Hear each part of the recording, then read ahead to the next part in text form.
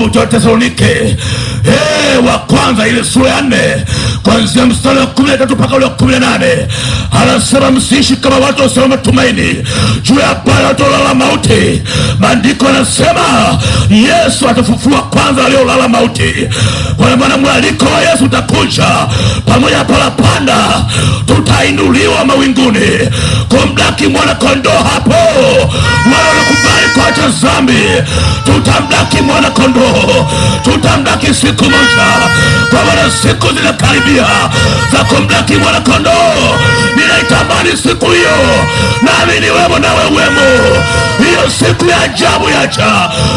Karaba sakaraba nikorabo, nami naitamani tutaiacha Morogoro, tutaiacha Tanzania, mateso yetu tutaiacha, tutaacha misiba, tutaacha maombolezo, tutaacha vilio, tutaleta tabu za dunia, tutaenda kumlaki Mwokozi, tutaenda kumlaki Mwokozi, tutaenda kumlaki Mwokozi.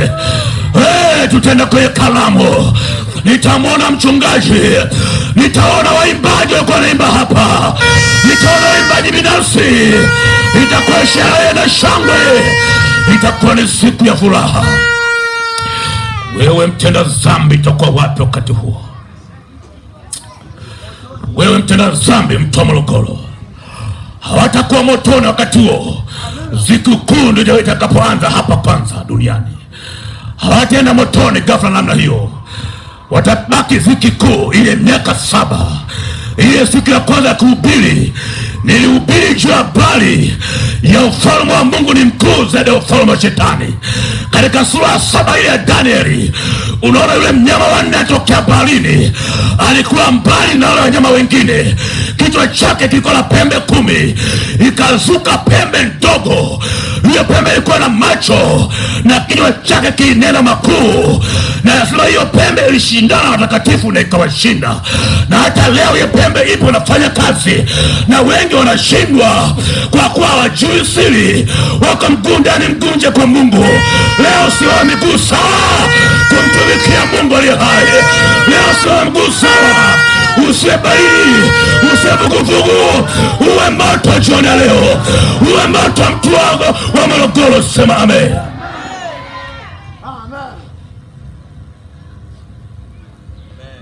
Kwa kuwa ile pembe inawashinda watu hata sasa inawashinda. Pembe ndogo ni roho ya mpinga Kristo.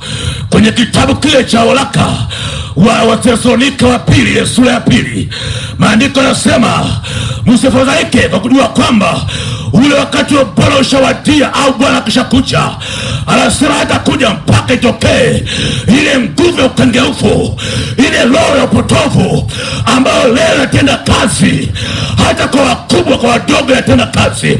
Hiyo roho ya upotovu ambayo imeinua manabii wengi wa uongo inazuka leo. Anasema mara kuna upako wa jiwe, upako wa kikombe, upako wa kanga, upako wa mwiko, upako wa ugali, upako wa zabibu. Mule danganywa. Hiyo ni roho ya mpinga Kristo, imewainua manabii wa uongo wengi.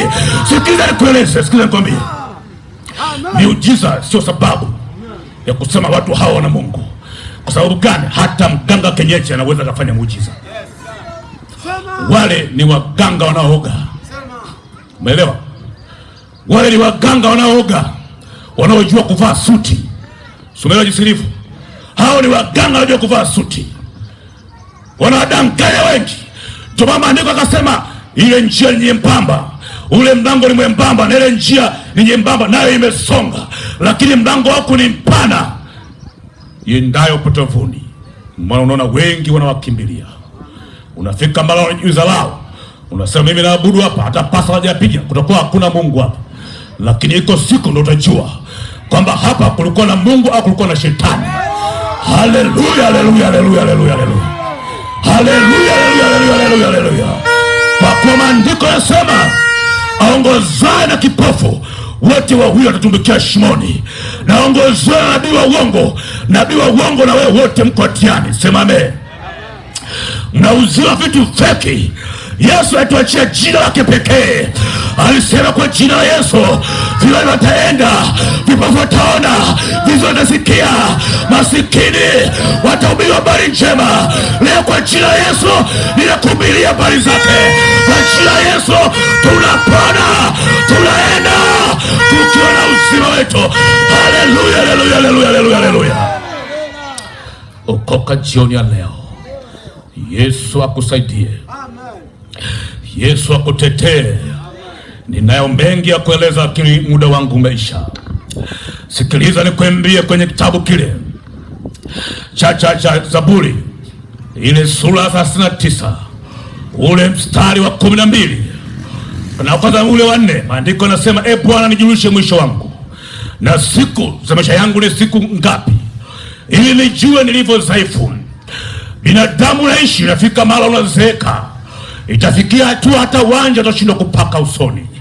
Itafika hatua hata poda utashindwa kupaka, mama makeup utashindwa kupaka. Uzee utakusonga, itakuwa ndio mwisho wako. Itafika hatua hata umbea utaenda kusema kwa jirani, kwa kuwa miguu itafungwa. Utapokaa ndio hapo hapo, utaweza kupeleka umbea. Hata kuache vipi utaweza, hata kifua kijae vipi kwa umbea utaweza. Miguu utapokaa itakuwa ni hapo hapo, kwa kuwa una mwisho wako. Wewe na ziaka zako, sababu maandiko yanasema, kitabu cha Petro wa pili sura ya 3, ya kwamba nyakati za mwisho kama hizi wanatokea watu wenye ziaka. Watasema, mbona tangu amesema anarudi hajarudi? Tangu babu zetu wamelala mpaka leo. Sikiliza nikwambie, Mungu amekuacha hataki upotee. Wema wake unakufuta jioni ya leo. Ndio maana amekuacha. Mungu anasubiria utubu jioni ya leo. Ndio maana amekuacha pamoja na dhambi zako. Si kama Mungu anashindwa kukuangamiza, lakini maandiko yanasema dunia hii na mbingu hii na dunia na nchi hii zimewekwa akiba kwa ajili ya moto. Zitachoma moto siku moja. Unaona miundombinu mingi sasa, teknolojia iko juu, ziko ndege SGR, watu wanajenga majumba ya ghorofa marefu, miundombinu, mameli, mambo mbalimbali, lakini yote yataangamia. Nguo zako nzuri taangamia, uzuri wako ulionao wote utaangamia nao. Sema amen. Ikiwa umemkataa Yesu katika jioni ya leo, kwa sababu gani? Iko maisha mengine baada haya. Sema amen. Ni nani anaongoza maisha yako? Kuko na maisha mengine baada haya. Pamoja na yote yanaendelea duniani, pamoja na uzuri unaouona wewe kwa macho ya nyama, lakini ulimwengu leo, dunia imeoza, imelewa kama mlevi na wayawaya. Mzigo wa dhambi zako umeelemea, nayo nenda kuanguka, wala hakuna awezaye kuinua. Ila walio ndani yake Mungu watakuwa salama, kwa kuwa wao hiyo ghadhabu ya Mungu itakuwa mbali nao. Ndio maana Daudi anaomba kitabu cha Zaburi 39 ule mstari wa 12, anasema, e Mungu, naomba usikie maombi yangu, utege sikio lako, usiyenyamalie machozi yangu. Analia kwa sababu anatamani siku moja amuone Yesu, atamani siku moja amuone Elia, atamani siku moja amuone Musa. Daudi analia mbele za Mungu usiku na mchana, anasema, Mungu nisaidie, kwa maana mimi ni mgeni wako, ni msafiri kama baba zangu wote. Sema amen. Wewe hapo ulipo, siku moja utakuwa ni mgeni wa Mungu. Je, unazo sifa za kuwa mgeni wa Mungu? Jiulize jioni leo.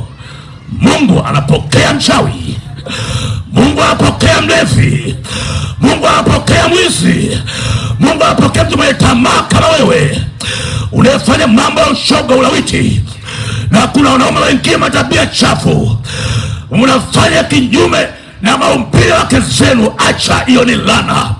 Sodoma na Gomora waliangamia kwa sababu ya hizo tabia. Acha mara moja.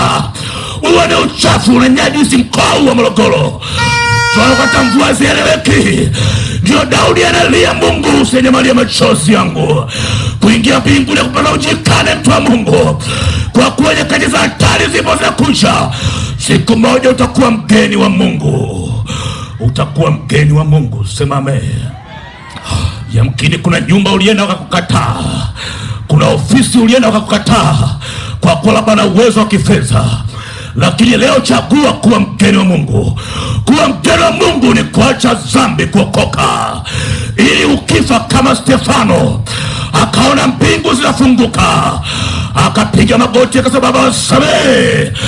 Akamwona Bwana Adamu ameketi mkono wa kuume wa Mungu Baba, malaika wako tayari kumpokea. Stefano akainamisha kichwa chake chini, huku mbingu zinampokea.